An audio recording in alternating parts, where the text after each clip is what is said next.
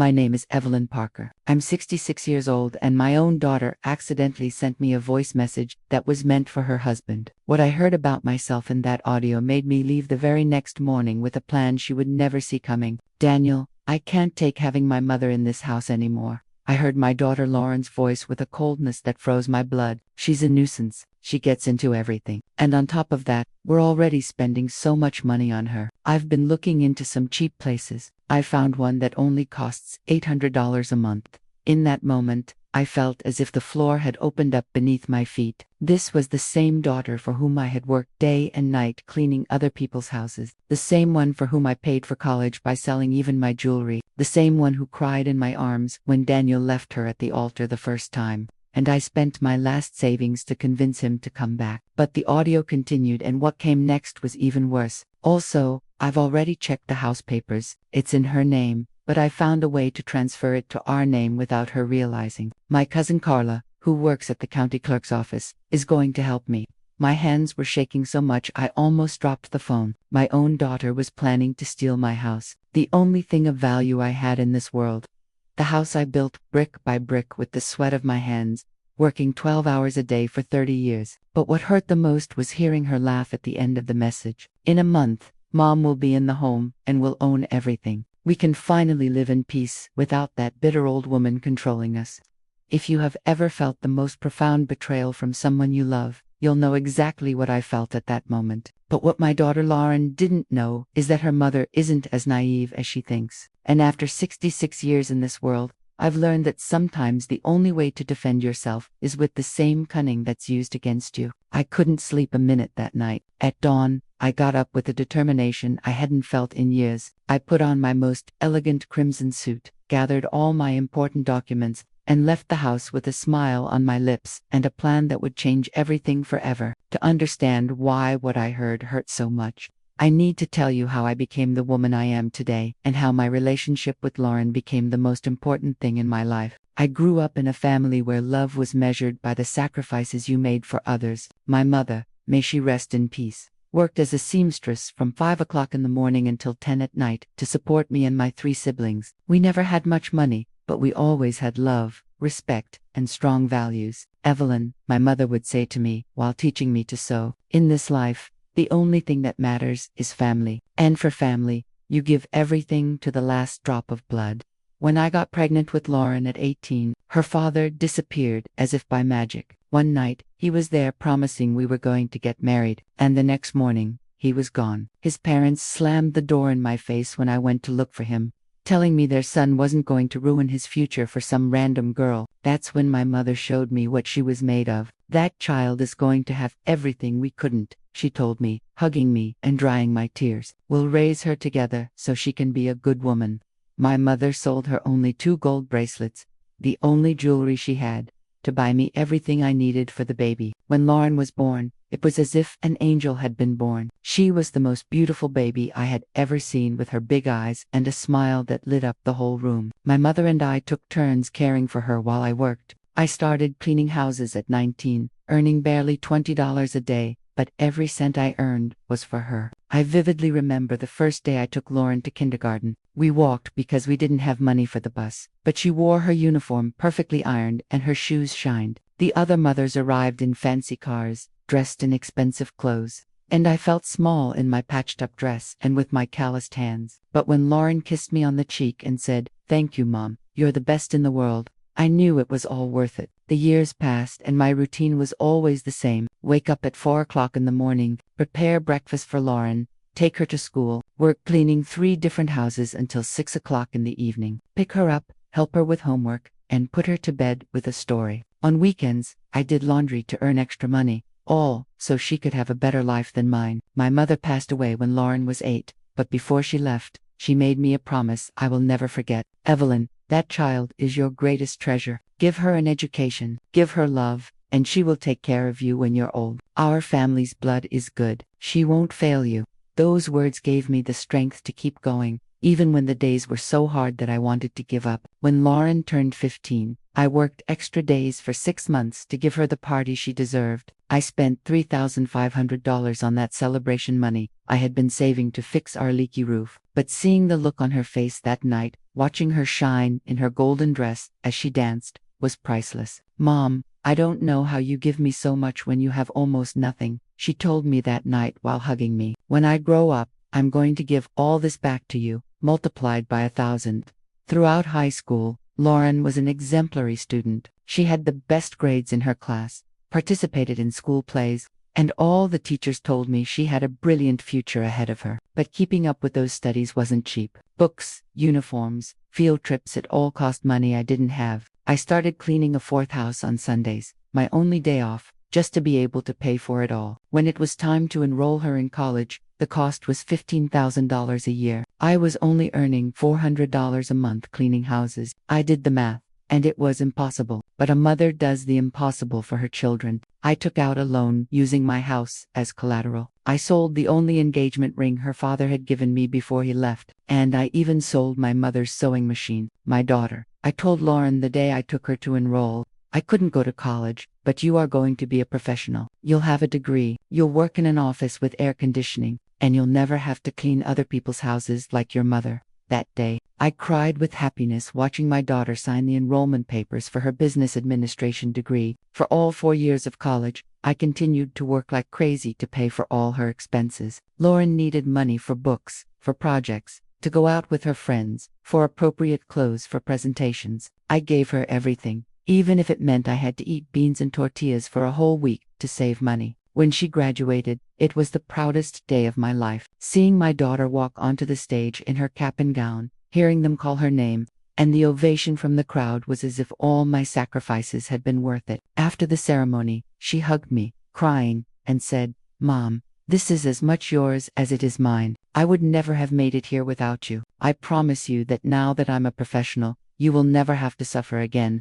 A year later, Lauren met Daniel at her job. At first, I was so happy because I saw her so content and in love. Daniel seemed like a good guy. He had a stable job as a supervisor at a factory, and he treated my daughter well. When he officially asked for her hand, I cried with emotion, thinking that Lauren would finally have the stable family I could never give her. But organizing the wedding was another huge financial sacrifice. Lauren wanted an elegant celebration like the ones in magazines. She said, "The venue cost $8,000, the dress $2,000, the music $800, the flowers $600. In total, I spent $10,000 on that wedding money I got by taking out another loan and selling the last of my remaining jewelry." The first years of their marriage were beautiful. Lauren and Daniel would come to visit me every Sunday. We would have dinner together, and she always helped me with the house expenses. "Mom, now that I'm working, I want to take care of you the way you took care of me," she would say while giving me money for groceries. I finally felt that my sacrifices had paid off, that I had a grateful daughter who truly loved me. But everything changed 3 years ago when Daniel lost his job, and they started having financial problems. They began to constantly ask me for money, and as always, I couldn't say no. First, it was $1,000 for monthly expenses, then $2,500 for a down payment on a new car, then $3,000 to pay off credit card debts. Everything began to change subtly after I lent them that $3,000 for their debts. At first, there were small details that I justified in my mind, thinking they were a result of the stress from their financial problems. But now, after hearing that message, I understand it wasn't stress. It was the beginning of a calculated plan to push me out of their lives. The first sign was when they stopped coming on Sundays. "Mom, we're so busy with Daniel's new job," Lauren would tell me on the phone. "You know how it is. We need to show we're responsible." I understood, or at least I thought I did. After all, it was natural for a young couple to want to focus on getting ahead. But then the excuses for not answering my calls started. I would call in the mornings, and Lauren would say, "Mom, I'm in an important meeting. I'll call you later." I'd call in the afternoons. "Oh, Mom, I'm at the grocery store doing our weekly shopping." At night, "Mom, it's too late. We're having dinner. We'll talk tomorrow." That tomorrow never came, and when we finally did talk, the conversation barely lasted 5 minutes. Then came the hurtful comments disguised as concern. "Mom, Daniel says he's noticed you've been very forgetful lately. She told me one day during one of our rare phone calls. Are you sure you can live alone in that big house? At your age, anything could happen. I laughed nervously, thinking they were exaggerating, but the seed of doubt had already been planted. One afternoon, I decided to visit them without warning, bringing them the pineapple dessert that Daniel loved so much. When I knocked on the door, I heard laughter and voices inside, but it took them almost 5 minutes to open it. Oh, Mom, what a surprise, Lauren said with a forced smile that didn't reach her eyes. We were just organizing some work papers. Inside was her cousin Carla, the one who worked at the county clerk's office, with a bunch of documents scattered on the kitchen table. When they saw me come in, Carla quickly gathered all the papers and stuffed them into a folder. Hello, Aunt Evelyn. She greeted me with that fake smile she had always had. I was just helping Lauren with some of Daniel's health insurance paperwork, but I managed to catch a glimpse of my name on one of those documents before Carla hid it. Why do you need papers with my name on them? I asked with genuine curiosity. Lauren and Carla exchanged a look that I didn't know how to interpret at the time, but which I now understand perfectly. It's just to update the beneficiaries on the insurance, Mom, Lauren told me. You know, in case something happens to us, you're our only family. That explanation calmed me down at the time, but later I started to notice that whenever I mentioned the subject, Lauren would quickly change the conversation. Mom, why don't you tell me about the garden? She would say. Oh, Mom, did you see the new show that's on Channel 5? It was then that the deliberate forgetfulness started. They would invite me to lunch, and when I arrived at the restaurant, they weren't there. Oh, Mom, we forgot to tell you we had to cancel, they would say later. Daniel had a work emergency. This happened 3 times in 2 months. The 4th time it happened, I was left sitting alone in that restaurant for an hour, feeling like a fool.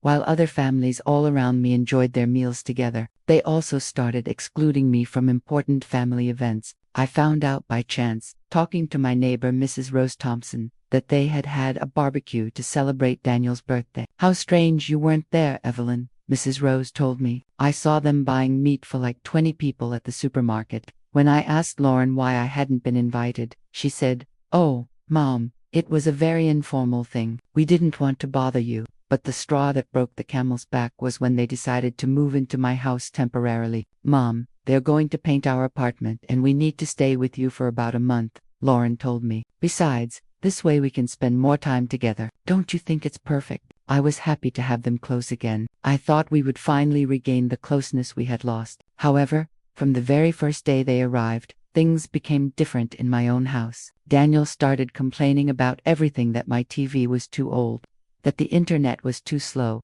that the shower didn't have enough water pressure. Aunt, this house needs a lot of repairs, he would say. At your age, maintaining such a big property must be very difficult. Lauren started reorganizing my things without asking. Mom, these plates are too old. I'm going to replace them with new ones, she would say. And these clothes you have in the closet are so out of style. We should just donate them. Little by little, my house stopped feeling like my house. It was as if I were a guest in my own home. Then the quiet conversation started, which would stop when I walked into the room. I would see them talking in the kitchen, and when I appeared, they would immediately change the topic to something trivial like the weather or the news. What were you talking about? I would ask them. Nothing important, Mom, Lauren would reply. Just about the house expenses. One night I heard Daniel talking on the phone, on the patio. Yeah, we're already living here. No, she doesn't suspect a thing. Carla says she can have all the papers ready in 2 more weeks. When I went out to ask him who he was talking to, he said it was his boss about a work project. They also started subtly controlling my finances. Mom, let me help you with the electric and water bills, Lauren would say. You're too old to be worrying about these things.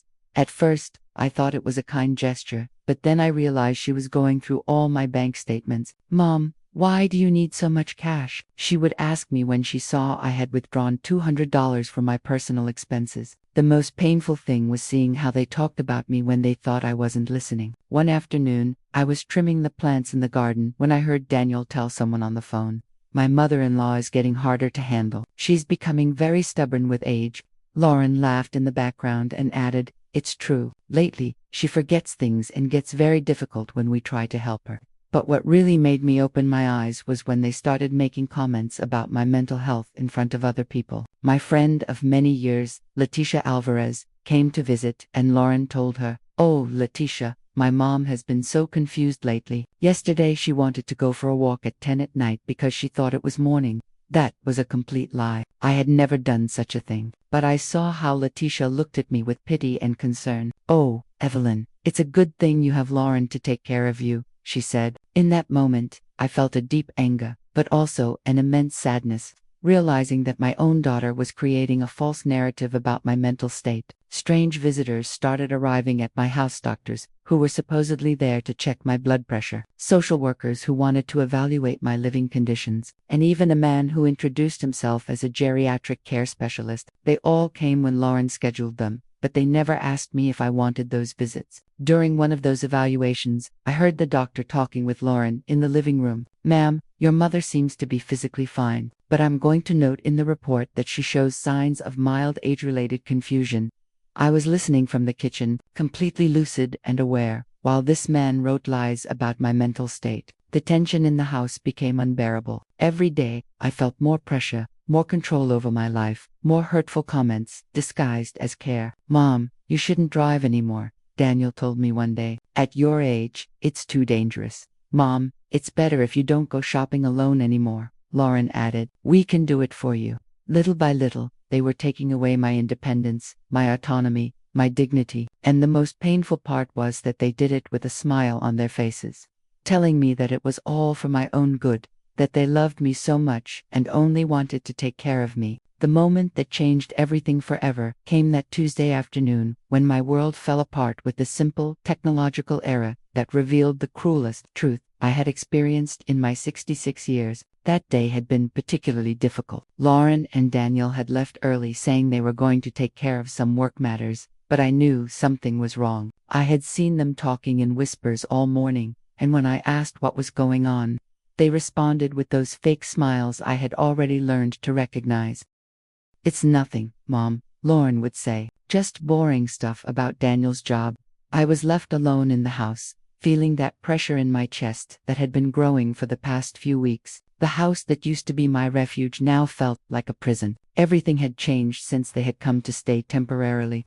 My routines, my spaces, even my way of living had been altered to accommodate their needs and their secret plans. Around 3 in the afternoon, I was making chamomile tea to calm my nerves when I heard the notification sound on my phone. It was a voice message from Lauren. At first, I thought she was letting me know they would be late, or maybe asking me to prepare something special for dinner. How naive I was to think my daughter still considered me important enough to tell me her plans. I pressed the play button without imagining that in the next 3 minutes my entire life would be torn to pieces. "Daniel, I can't take having my mother in this house anymore." Lauren's voice began with a tone of exasperation she had never used with me in person. My heart stopped. Those words, spoken with such contempt, were like sharp daggers piercing my soul. This was not the sweet daughter who would hug me and say, "I love you, Mom," every time she left. She's a total nuisance. "Daniel, she gets into everything we do, always asking questions, always there. And on top of that,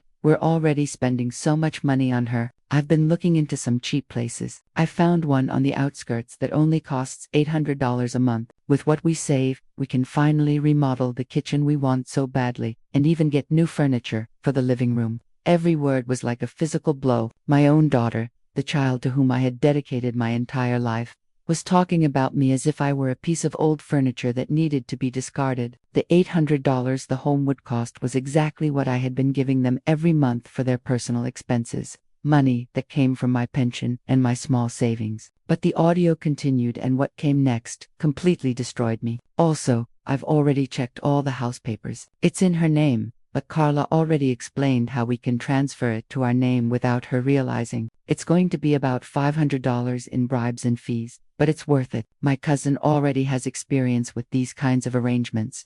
In that moment, I understood everything. Carla's casual visits with her folders full of documents, the conversations that stopped when I appeared, the specialists who had come to evaluate my house and my mental state. It had all been part of a meticulously orchestrated plan to have me declared incompetent and steal my property. My house, the house I had built brick by brick, working 12 hours a day for 30 years, the house where I had raised Lauren, where we had celebrated her birthdays, where I had cried when she graduated from college, where I had dreamed that one day my grandchildren would play. That house worth approximately $485,000, represented all my assets, all my future, all my security. I already spoke with the director of the St. Francis home.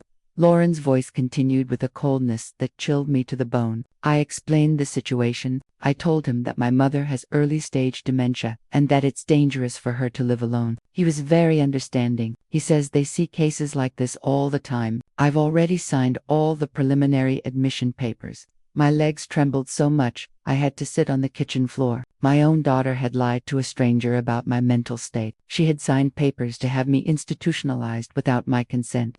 And she was doing it with the same ease with which one plans a vacation. The plan is perfect, honey, she went on, talking to Daniel. Next Tuesday, we're going to tell her she has a routine medical appointment. We'll take her to the home, check her in, and by the time she realizes what happened, she'll already be inside, and we'll have legal guardianship. Carla says that with the medical reports we got, which say she has mental confusion, it will be very easy to prove she can't make decisions on her own.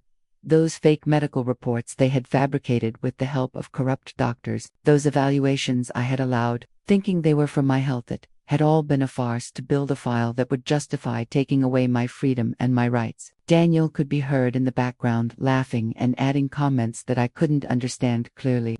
But his tone of approval was evident. The man I had welcomed into my family, whom I had helped financially, whom I had treated like a son, was actively participating in the plan to destroy my life. The best part of all, Lauren continued with a laugh that broke my heart, is that she never suspects a thing. She thinks we're the perfect children who adore her. She still says, "Thank you for taking care of me, honey," when I bring her breakfast in bed. If she only knew that I'm giving her that breakfast to keep her calm while I prepare her funeral in life. In that moment, something inside me broke irreparably. It wasn't just the betrayal. It wasn't just the pain of discovering that my daughter hated me. It was the humiliation of realizing that while I blessed her every night in my prayers, thanking God for giving me such a good daughter, she was calculating how many days were left until she could get rid of me. With the $485,000 the house is worth, we can pay off all our credit card debts, the car loan, and we'll even have enough left over to go to Europe on vacation like we've always wanted. Lauren continued. And the best part is we won't have to pretend to love her anymore. No more Sundays pretending we like her horrible food. No more listening to her repetitive stories from when she was young. Every word was another stab. My food, which I prepared with so much love every Sunday, hoping they would come to visit. My stories, which I told because I wanted to share the beautiful memories of my youth with them and teach them about our family. Everything I thought was love and connection was for them a nuisance they had to endure. In a month, Mom will be in the home and will own everything, Lauren finished saying. We can finally live in peace without that bitter old woman controlling us. Besides, the life insurance she has is in our name, so if something happens to her at the home, God, forgive me for saying this, it wouldn't be so bad. Those last words froze my blood. Not only did they want to steal my house and my freedom, but they had coldly calculated that my death would also be convenient for them. They had turned their own mother into an investment, hoping to gain profits from both my life and my death. The message ended with laughter and comments about what restaurant to choose for dinner that night, as if they had just planned a vacation, instead of the total destruction of the life of the woman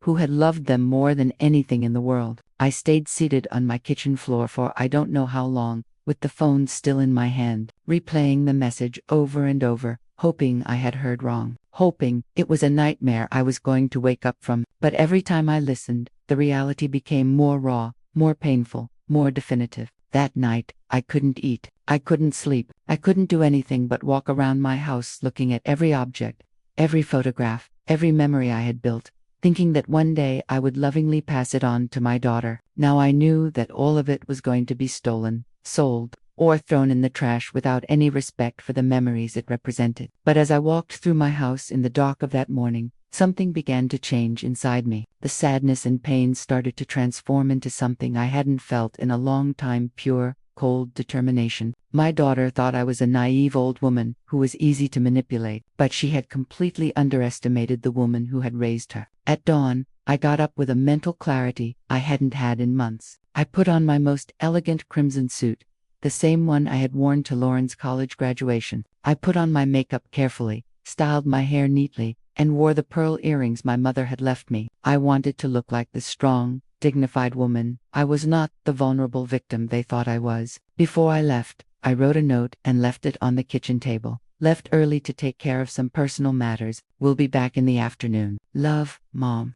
I didn't give them any more details because they didn't deserve them. For months, they had made decisions about my life without consulting me. Now, it was my turn to act without giving them an explanation. My first stop was the bank. I arrived exactly when they opened at 8 a.m. Good morning, Miss Parker, said Monica Patel, the manager who had known me for 15 years.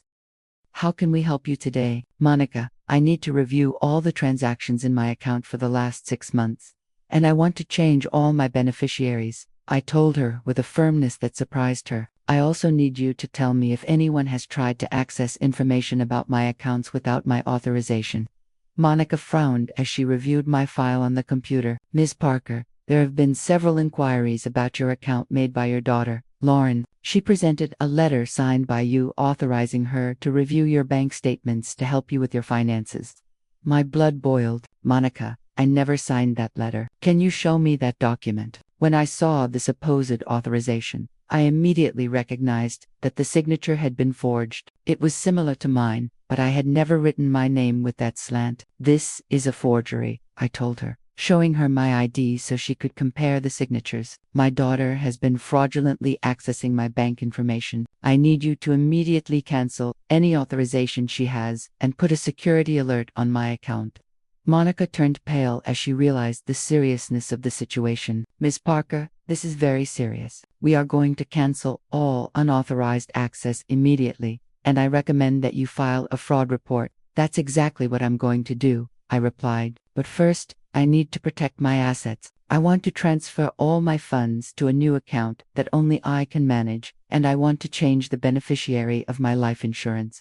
For the next hour, Monica helped me secure all my finances. I transferred my $8,750 in savings to a completely new account. I changed all the passwords and named the Golden Hope Foundation for Abandoned Seniors as the beneficiary of my life insurance. Lauren was no longer going to see a single cent of my money. My second stop was the county clerk's office, where Carla Rivera, Lauren's accomplice cousin, worked. I arrived without warning, with a small recorder hidden in my purse. Good morning, Carla, I said with a sweet smile. I've come to check the status of my property. My daughter told me you had been helping her with some paperwork. Carla immediately became nervous. Oh, Aunt Evelyn, what are you doing here? Lauren didn't tell me you were coming.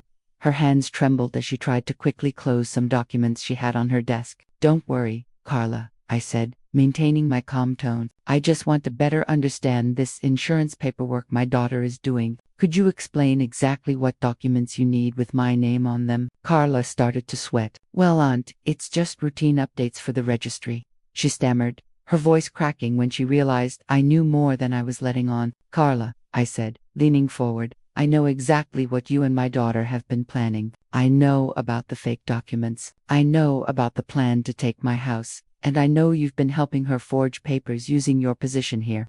I showed her my phone with the audio I had recorded the day before. I have proof of everything. Carla slumped in her chair. Aunt Evelyn, I didn't want to do it, but Lauren told me that you couldn't take care of yourself anymore, that it was for your own good.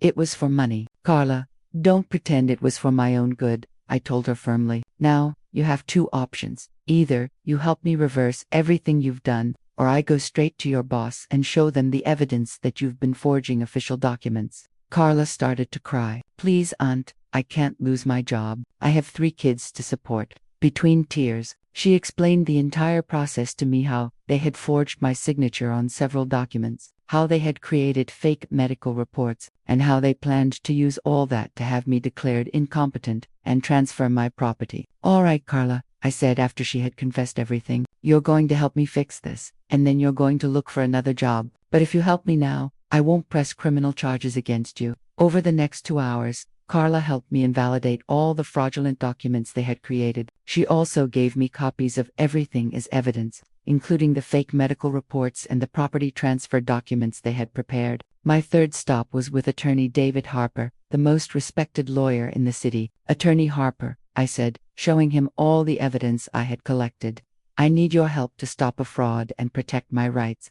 The attorney reviewed all the documents with professional attention. Miss Parker, this is a very serious case of family fraud. We have more than enough evidence to press criminal charges. But tell me, what exactly do you want to achieve? I want justice, I replied. But most of all, I want my daughter to learn that actions have consequences. For 66 years, I have been too good, too generous, too understanding. It's time for someone to defend me, even if I have to do it myself. The attorney smiled with admiration. Ms. Parker, we are going to prepare a legal strategy that protects all your rights and sends a very clear message about the consequences of trying to defraud a senior citizen. For the next few hours, we prepared a civil lawsuit for fraud, falsification of documents, and attempted illegal appropriation. We also prepared a criminal complaint against Lauren, Daniel, and Carla. The attorney explained that I had a solid case and that it was very likely I would recover all the damages caused. By the end of the afternoon, I returned home feeling completely different. I was no longer the vulnerable victim who had left that morning. I was a woman who had taken full control of her life and was ready to face the consequences of years of allowing others to abuse her kindness. When I arrived, Lauren and Daniel were in the living room watching television, acting as if nothing had happened. "Hi, Mom," Lauren said with that fake smile I had already learned to recognize. "How did your errands go?" "Very well, honey," I replied calmly. "I took care of exactly what I needed to." I sat in my favorite armchair and looked at them intently. "By the way, some people are coming to visit us tomorrow. I hope you're here to receive them." "What people, Mom?" Daniel asked curiously. "Oh, you'll see," I told them with a mysterious smile. "They are people who are going to help us clarify some important things about our family's future." That night, we had dinner in silence. I knew exactly what was going to happen the next day, but they had no idea of the storm that was coming. For the first time in months, I slept soundly with the peace of mind that justice was on its way. The next day, at exactly 10 in the morning, the doorbell rang. "I'll get it," I said, getting up quickly before Lauren or Daniel could move. At the door were Attorney David Harper, two police officers, Officer James Cole and Officer Maria Perez, and a public notary named Teresa New. "Good morning, Miss Parker," the attorney said. "We've come to execute the orders we discussed yesterday." Lauren and Daniel got up from the sofa with looks of complete confusion. "Mom, what's going on?" Lauren asked. "Who are these people?" "Sit down," I told them with an authority they had never heard in my voice. "It's time for you to know the truth." Attorney Harper cleared his throat and began to speak. "Ms. Lauren Bennett and Mr. Daniel Bennett, I am here on behalf of Ms. Evelyn Parker to inform you that we have discovered irrefutable evidence of fraud, falsification of documents, and conspiracy to commit illegal appropriation against her." Lauren and Daniel's faces turned completely white. "What are you talking about?" Lauren stammered. "We would never do anything like that, Lauren," I said, taking out my phone. "Do you want me to play for everyone the voice message you accidentally sent me yesterday?" In that moment, I saw all the blood drain from my daughter's face, her eyes filling with pure panic as she realized that her perfect plan had been destroyed by her own negligence. The moment of truth had arrived, and there was no turning back. The silence in my living room was deafening. Lauren and Daniel were petrified, staring at me as if they had seen a ghost. For all these months, they had believed they had total control of the situation, that I was a helpless old woman they could manipulate at will. Now they realized they had completely underestimated the woman who had raised them. "Attorney Harper," I said, keeping my voice firm and serene, "please proceed with the presentation of the evidence." The attorney opened his briefcase and took out a thick folder full of documents. "Ms. Bennett and Mr. Bennett, we have in our possession irrefutable evidence of the crimes you have committed against Ms. Parker." He placed the first documents on the coffee table. "Let's start with the forgeries." He showed Lauren the document she had signed at the bank, authorizing herself to access my accounts. "This is her authentic signature," he said, pointing to my ID. "And this is the forged signature that you presented at the bank." The differences were obvious when seen side by side. I don't know what you're talking about," Lauren stammered, her voice trembling so much that it was clear she was lying. "Mom asked me to help her with her accounts because she was forgetting to pay the bills." "Lauren," I said, with a calm that even surprised me, "stop lying. There's no escape now." I took up my phone and pressed play. My own daughter's voice filled the room. "Daniel, I can't take having my mother in this house anymore. She's a total nuisance. She gets into everything we do." I watched Lauren's face completely fall apart as she listened to her own words. Daniel tried to maintain his composure, but his hands were visibly shaken. Neither of them had realized that the message had been sent to my phone by mistake. I've been looking into some cheap places. I found one that only costs $800 a month. Turn that off, Lauren screamed, lunging for my phone. But Officer Cole immediately stopped her. That's private. You have no right to listen to my conversations. Relax, honey, I told her with a cold smile. This is just getting started. Sit down and listen to everything you planned for your mother.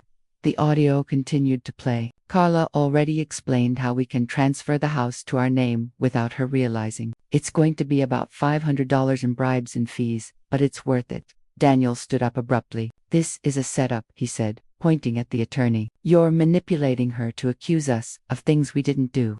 Attorney Harper smiled professionally. Mr. Bennett, we haven't even gotten to the most interesting part yet.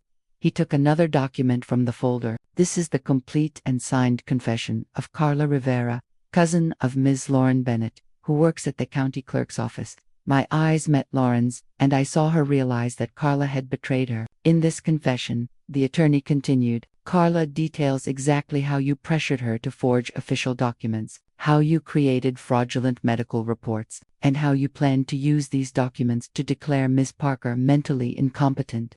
Carla is a liar, Lauren screamed desperately. She made all that up to save her own skin. Oh really, honey? I asked, taking out my small recorder, because I also have the complete conversation I had with Carla yesterday in her office recorded.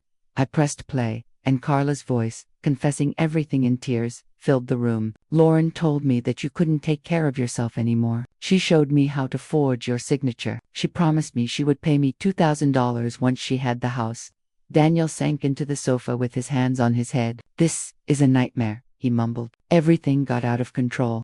No, Daniel, I said firmly. This is justice. What was a nightmare was living in my own house, feeling like a prisoner, listening to you talk about me as if I were a nuisance, watching you plan to steal everything I've worked for in my life. Attorney Harper continued with the presentation of evidence. We also have the fraudulent medical reports that you commissioned. He showed the documents where corrupt doctors had written that I had senile dementia and was incapable of making decisions for myself. Ms. Parker voluntarily underwent a full psychological evaluation yesterday conducted by Dr. Stephen Morales, a geriatric specialist at the General Hospital. He pulled out the official report. The results show that Ms. Parker is in perfect mental condition, with a clarity and reasoning ability superior to the average for her age. This proves that all the previous reports were fabricated. Lowen started to cry. But they weren't tears of repentance, they were tears of desperation at seeing her plan completely fall apart. Mom, please, she pleaded with me. We just wanted to take care of you. We thought it would be better for you to be in a place where they would attend to you professionally.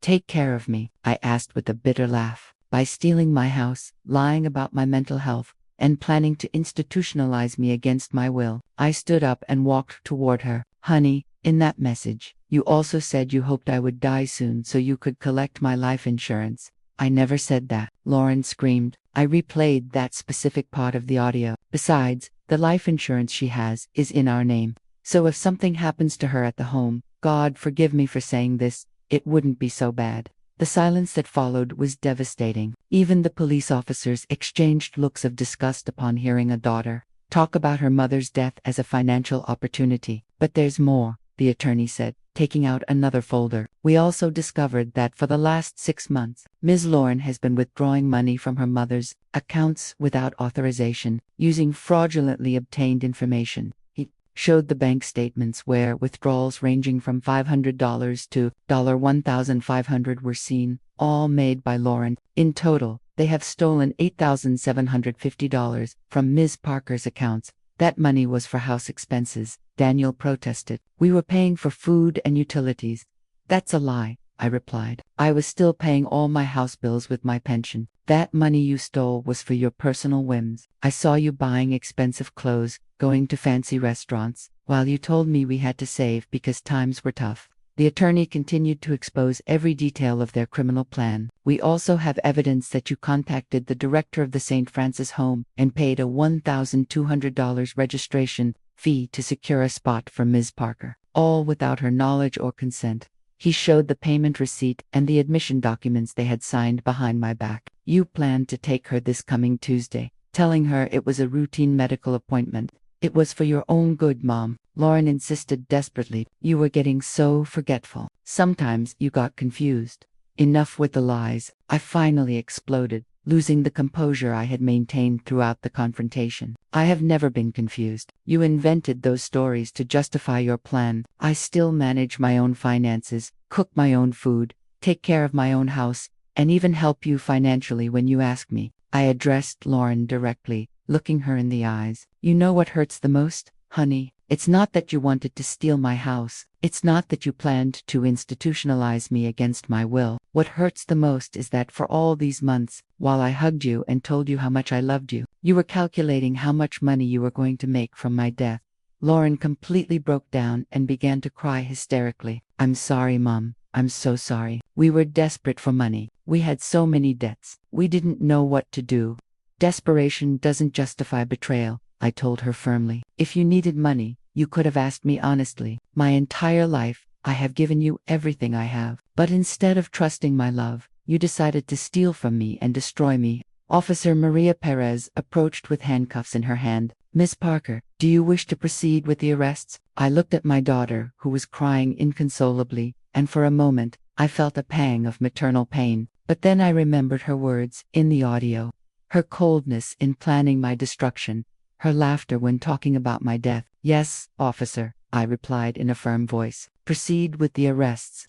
Seeing my own daughter being handcuffed in my living room was one of the most painful images I had experienced in my 66 years of life. But it was also the moment I realized I had regained my dignity and my personal power. After months of feeling like a helpless victim, Mom, please, Lauren yelled at me as the officer led her toward the door. You can't do this to me. I'm your daughter. I'm the only thing you have in this world. Her words echoed in my mind with bitter irony. She had been the one who decided I had no place in her world. Daniel, on the other hand, looked at me with pure hatred that chilled my blood. This isn't over, you crazy old lady, he whispered as he passed by me. You're going to pay for ruining our lives. Those words didn't scare me, but they confirmed that I had made the right decision by exposing them. After Lauren and Daniel were taken away, my house was left in an absolute silence I hadn't experienced in months. For the first time since they had come to stay temporarily, I could walk around my own house without feeling like I was being watched, judged, or manipulated. But that peace didn't last long. The next day, a campaign of terror began that showed me the lengths Lauren and Daniel were willing to go to get revenge on me. The first attack came through social media. Lauren had created a fake profile and had started posting terrible stories about me in local community groups on Facebook. My mother has senile dementia and falsely accused us of theft, she wrote. She's so confused that she doesn't recognize her own family. Please, if you see her alone on the street, call me because she shouldn't be unsupervised. The posts included photos of me taken without my knowledge, where I appeared distracted or tired, which they had edited to make it look like I had mental health issues. The comments from strangers were devastating. Poor woman, she looks very confused. How terrible for a mother to accuse her own children. They should seek professional help for her. Mrs. Rose Thompson, my neighbor for a lifetime, came to my house worried after seeing those posts. Evelyn, honey, are you okay? I saw some really ugly things online about you and your daughter. I had to explain the whole situation to her, show her the evidence I had so she would understand that it was all a smear campaign. But the harassment escalated quickly. Phone calls started coming in at all hours of the day and night. Unknown voices insulted me, threatened me, and told me I was an unnatural mother who had destroyed her own family for money. You're a miserable old woman. A female voice screamed at me at 3 in the morning. I hope you die alone and abandoned. People I didn't know also started showing up at my house. Supposed social workers, who said they had received reports that I was in danger. Aggressive salespeople who insisted on selling me security systems because a single old woman is very vulnerable. And even people who introduced themselves as distant relatives who had come to verify my mental state. Attorney David Harper explained that all of this was part of a desperate legal strategy. Miss Parker, they are trying to create evidence that you really do have mental problems to discredit your testimony in court. It's a common tactic when the accused don't have solid legal defenses. But what hurt the most was when anonymous letters full of poison and resentment started arriving. You're a failed mother, one of them said. You raised a daughter who hates you so much she'd rather see you dead. Think about what you did wrong. Another letter was even crueler. Your own children abandoned you because you're insufferable. No one will miss you when you die. The letters attacked not only my relationship with Lauren, but all the sacrifices I had made in my life. You worked as a servant your whole life. And for what? For your daughter to despise you. You were a fool who let herself be used. Every word was calculated to shatter my self-esteem and make me doubt the decisions I had made. One night, while reading one of those particularly vicious letters, I completely broke down. I sat on my kitchen floor, the same place where I had listened to the audio that changed my life, and I cried like I hadn't cried since my mother's death. What did I do wrong? I asked myself over and over. How could I have raised a daughter who hates me so much? For the first time since this legal battle began, I considered giving up. Maybe it would be easier to drop all the charges, forgive Lauren, and try to rebuild our relationship. Maybe I really had overreacted. Maybe they did love me in their own way, and I had misinterpreted their intentions. But just as I was about to call Attorney Harper to ask him to drop the lawsuit, I remembered something that completely changed my perspective. I got up from the floor and went to my room, where I kept all the most precious memories of my life in a small chest. I searched until I found what I needed: a letter my mother had written to me shortly before she died, when Lauren was 8 years old. My dearest Evelyn, the letter said in my mother's shaky handwriting, if you are reading this, it is because I am no longer with you. But I want you to know that I am very proud of the woman and mother you are. You raised Lauren with so much love and dedication that I am sure she will be a good woman who will honor you for life. I continued reading with tears in my eyes. But if things ever get difficult, if someone tries to hurt you or take advantage of your good heart, remember that you are stronger than you think. Don't allow anyone, not even your own daughter, to trample on your dignity. True love never seeks to destroy, never seeks to steal, never seeks to humiliate. The last lines of the letter gave me the strength I needed. Evelyn, you deserve respect. You deserve genuine love. You deserve to live your final years in peace and dignity. If someone can't give you that, then they don't deserve to have you in their life, no matter how much blood you share with them. That night, for the first time in weeks, I slept soundly. My mother was right. True love doesn't destroy. It doesn't steal. It doesn't plan the death of a loved one as a financial opportunity. What Lauren felt for me was not love. It was economic convenience disguised as filial affection. The next day, I woke up with renewed determination. I called Attorney David Harper and said, Attorney, I want you to proceed with all the charges. I'm not going to drop anything. I want this case to go all the way. I'm glad to hear that, Ms. Parker, he replied, because I have some important news. Lauren and Daniel are trying to reach an out-of-court settlement. They want to avoid a public trial at all costs. What kind of settlement? I asked. They are willing to return all the money they stole, pay for damages, and commit to never contacting you again if you drop the criminal charges. I thought about that proposal carefully. On one hand, I would recover my money and get rid of their manipulations forever. On the other hand, they wouldn't face the full legal consequences of their actions. Attorney, I finally said, I accept the settlement, but with one additional condition. I want them to sign a full confession of everything they did, publicly admitting that I am mentally competent and that all their accusations about my mental health were false. And I want that confession to be published in the same places where they defamed me. That's very intelligent, Miss Parker, he said. That will completely clear your reputation and prevent them from continuing the smear campaign. A week later, Lauren and Daniel signed the agreement. I recovered my $8,750 plus $15,000 more in damages, but more important than the money, I recovered my peace of mind and my dignity. The public confession was devastating for them but liberating for me. We, Lauren Bennett and Daniel Bennett, admit that we falsely accused Ms. Evelyn Parker of having mental problems. We admit that we planned to steal her property and that we created fraudulent documents to declare her incompetent. Ms. Parker is in perfect mental condition, and we invented those stories to justify our criminal actions. That day, exactly 1 month after hearing the audio that changed my life, I realized that I had achieved something that seemed impossible. I had defeated those who tried to destroy me, and I had done it with intelligence, dignity, and by always sticking to the law. But my story wasn't over yet. I had a new life to build, and I knew exactly how I wanted to live it. With the legal agreement signed and my reputation completely restored,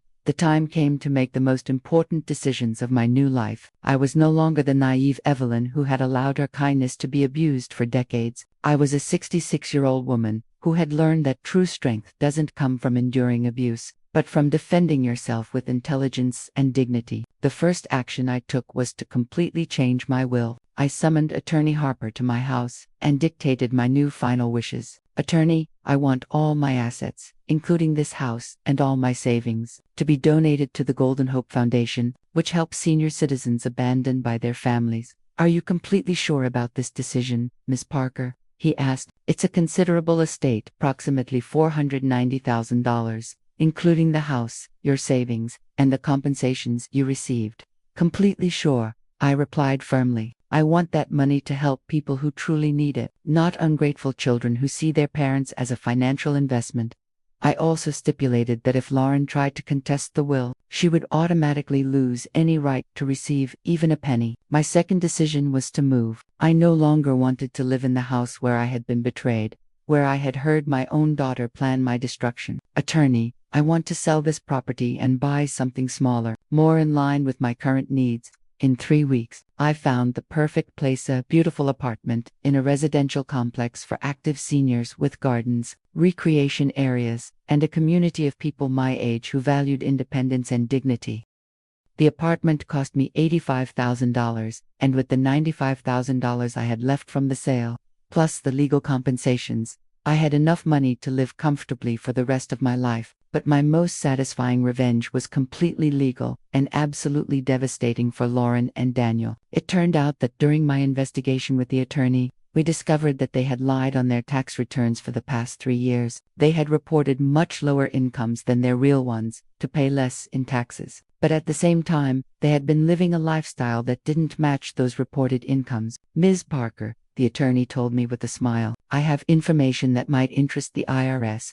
He showed me evidence that Daniel had been working unreported side jobs and that Lauren had been selling products online without declaring those earnings. Attorney, I said with a smile that reached my eyes, as a responsible citizen, I believe it is my duty to report any tax evasion I am aware of. After all, we all must contribute fairly to the country's upkeep.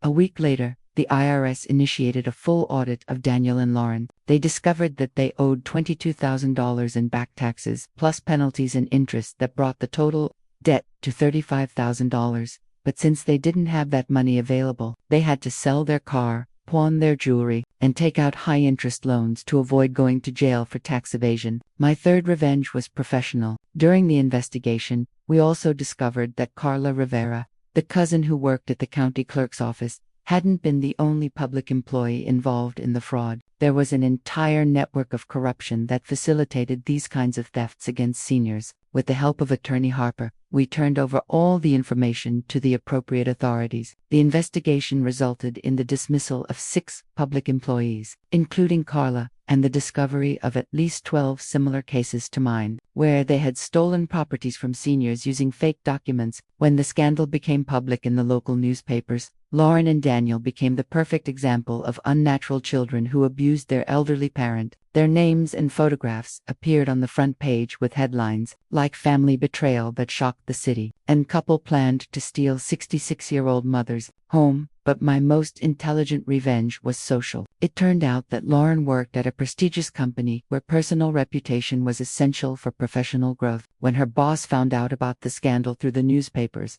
he called her into his office for a very uncomfortable conversation. "We cannot have employees involved in family fraud scandals," he told her. "Our company has a reputation to protect."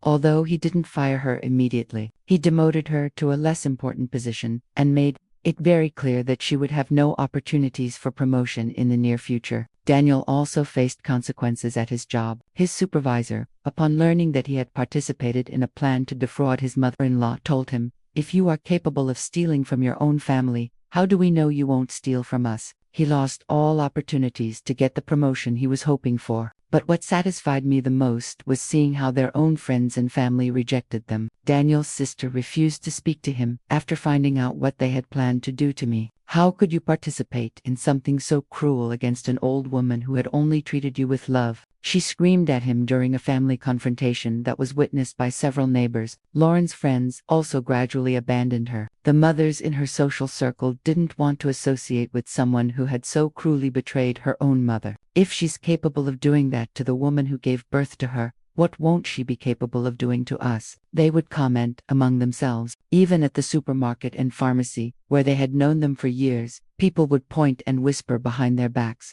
They had become a public example of what not to do to elderly parents. Throughout this entire process, I never acted with hatred or a thirst for revenge. Every action I took was legal, ethical, and justified. I didn't lie about them. I didn't invent false accusations. I didn't threaten them or hurt them physically. I simply allowed the natural consequences of their own actions to run their course. 6 months after the day I heard that fateful audio, I ran into Lauren at the mall. She looked haggard, tired, and much older than her 35 years. When she saw me, she approached with tears in her eyes. "Mom," she said in a broken voice, "please forgive me. I understand you're angry, but we've already paid the price. We lost everything. Our credit is ruined. Daniel lost his promotion. I had to take a job with a lower salary. Don't you think that's punishment enough?" I looked her directly in the eyes, without hatred, but without weakness. "Lauren, I didn't punish you. The consequences of your actions punished you. You decided to plan my destruction. I just decided to defend myself.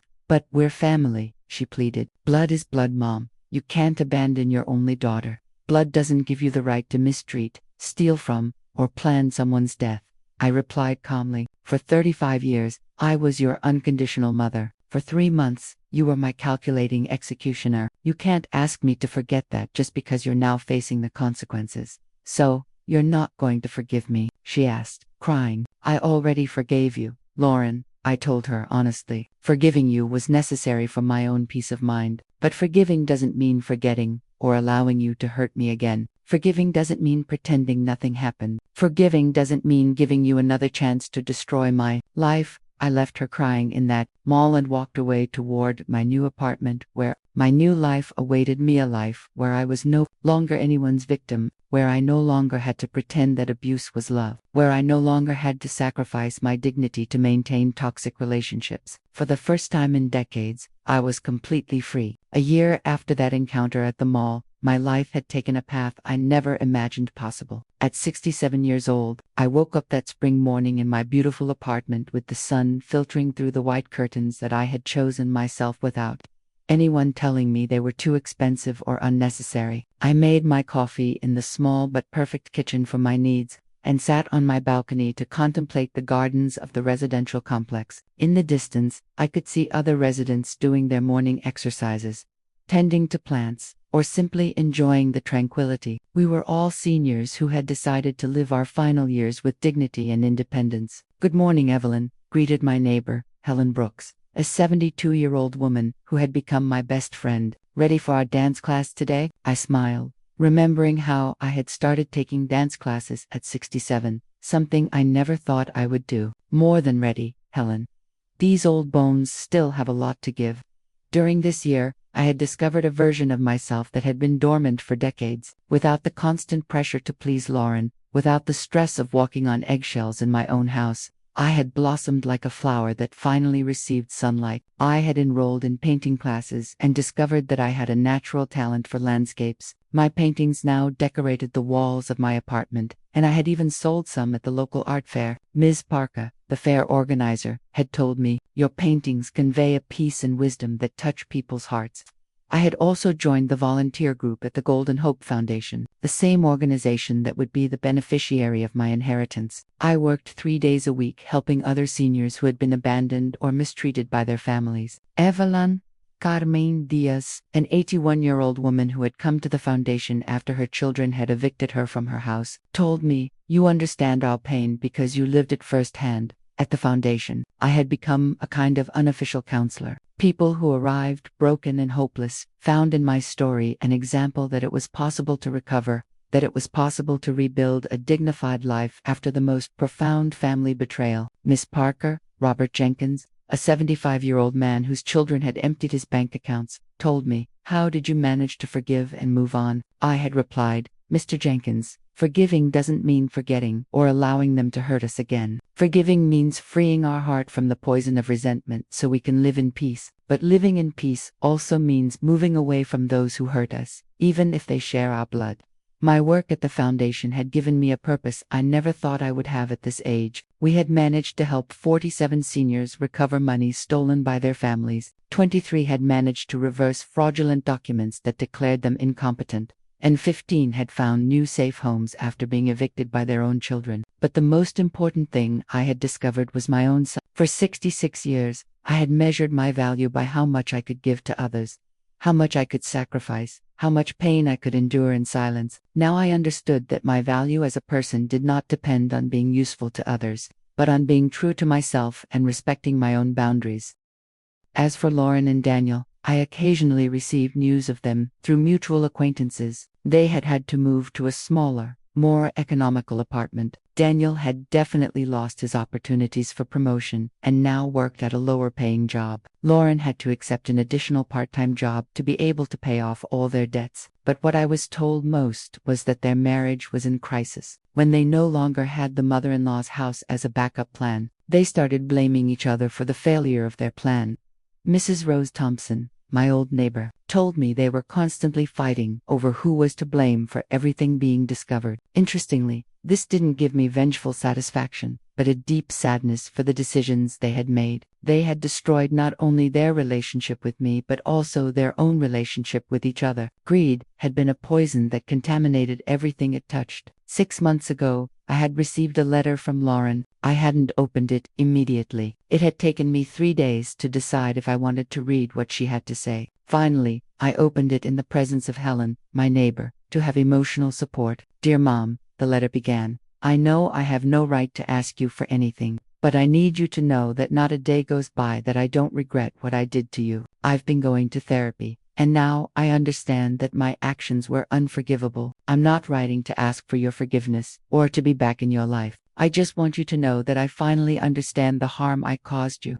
The letter continued. "The therapist helped me understand that my actions were not born of financial desperation, but of a selfish mindset I had developed over the years. I got so used to receiving your unconditional help that I stopped seeing you as a person with rights and feelings and started seeing you as a resource I could exploit. Now I understand that you deserved respect, genuine affection, and care in your golden years. Instead, I gave you manipulation, lies, and betrayal. I have lost the best mother in the world because of my own greed and stupidity." The letter ended with a phrase that made me cry. "I don't expect your forgiveness, Mom, because I know I don't deserve it. I just hope you are happy and that you find the peace you always deserved with love and eternal regret, Lauren."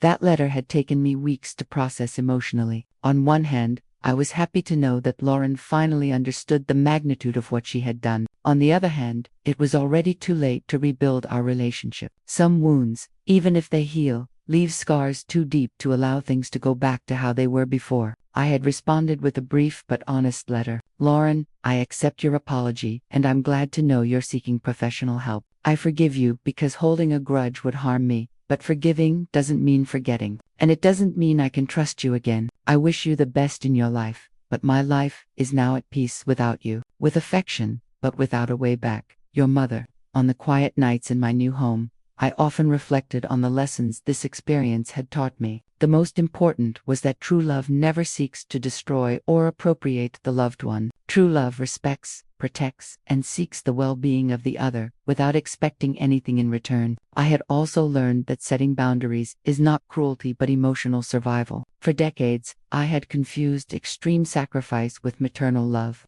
when in reality, I had been teaching Lauren that she could mistreat me without consequences. Sometimes I told the women in the foundation support group, the greatest inheritance we can leave our children is not money or property, but the example that all people, including their mothers, deserve respect and dignity. That spring morning, as I finished my coffee on the balcony, I received a call from attorney David Harper. "Ms. Parker, I have some news that might interest you," he said. "I've just been contacted because 3 other cases similar to yours have come to light. The affected families want you to share your experience on how to deal with these kinds of situations." "Of course, attorney," I replied without hesitation. "If my story can help other people defend themselves, I am completely willing to share it." That afternoon, as I painted a mountain landscape on my easel, I reflected on the incredible journey I had been on for the past 18 months. I had started as a silent victim and had become an empowered survivor who who now helped others find their own strength. My phone rang, interrupting my thoughts. It was Helen Brooks, inviting me to dinner at the new restaurant downtown. "Evelyn, let's go celebrate life," she said with her contagious enthusiasm. As I got ready to go out, I looked at myself in the mirror and saw a completely different woman from the one I had been a year and a half ago. My eyes shone with a confidence I had never had before. My posture was upright and proud, and my smile was genuine and free of emotional burdens. "Evelyn," I said softly to my reflection, at 67 years old, "you finally learned that your life belongs only to you and that you deserve to live it with dignity, joy, and peace." That night, having dinner with my new chosen family, instead of my toxic biological family, we toasted two new beginnings, to the wisdom that comes with age, and to the courage to defend what is right regardless of the consequences. As I raised my glass of wine, I thought of all the women who at that moment were suffering from the mistreatment of their own families, believing they had no options, that they had to endure abuse for the sake of family love. If my story could reach just one of those women and give her the courage to defend herself, then everything I had gone through would have been worth it. Because sometimes the greatest inheritance we can receive is not money or property, but the courage to be true to ourselves and the knowledge that it is never too late to write a new chapter in our lives. It is never too late to choose dignity over convenience, truth over false peace, and self-love over destructive sacrifice. And it is never, ever too late to be free. Did you like my story? And which city are you listening from? I smiled as I said those closing words into the microphone, recording the narration for my new storytelling channel, where I shared stories of resilience and rebirth. If you liked the story, you can support me by sending a super thanks, so I can keep bringing more life stories like this. Thank you so much for your kind support. I'm looking forward to your comments on this story. On the screen, you can see two new life stories that I highly recommend. There's so much more on my channel. Don't forget to subscribe. See you in the next life story with love and respect. And as the recording ended, I leaned back in my chair, feeling an overwhelming sense of peace. The story of Evelyn Parker, once a betrayed mother, now a free woman, was not just a tale of revenge or justice. It was a testament to self-worth, a reminder that no matter how late in life, it's never too late to stand up for yourself and reclaim the dignity that others tried to take away. I closed my eyes and smiled. For the first time in years, I didn't need anyone's approval, forgiveness, or validation. I had finally learned that the greatest act of love I could ever perform was to love myself enough to never be silent again. Sometimes, life gives us storms not to destroy us, but to wash away what no longer belongs in our hearts. I lost a daughter, but I found myself. I lost a home filled with memories, but I built one filled with peace. I stopped waiting for apologies and started living in truth. If you've ever been betrayed by someone you love, remember this: you are not powerless, and you are never too old to begin again. Dignity, peace, and self-respect are not gifts. They're choices we must protect every single day. So tonight, wherever you are, I hope you choose yourself, because it's never too late to be free.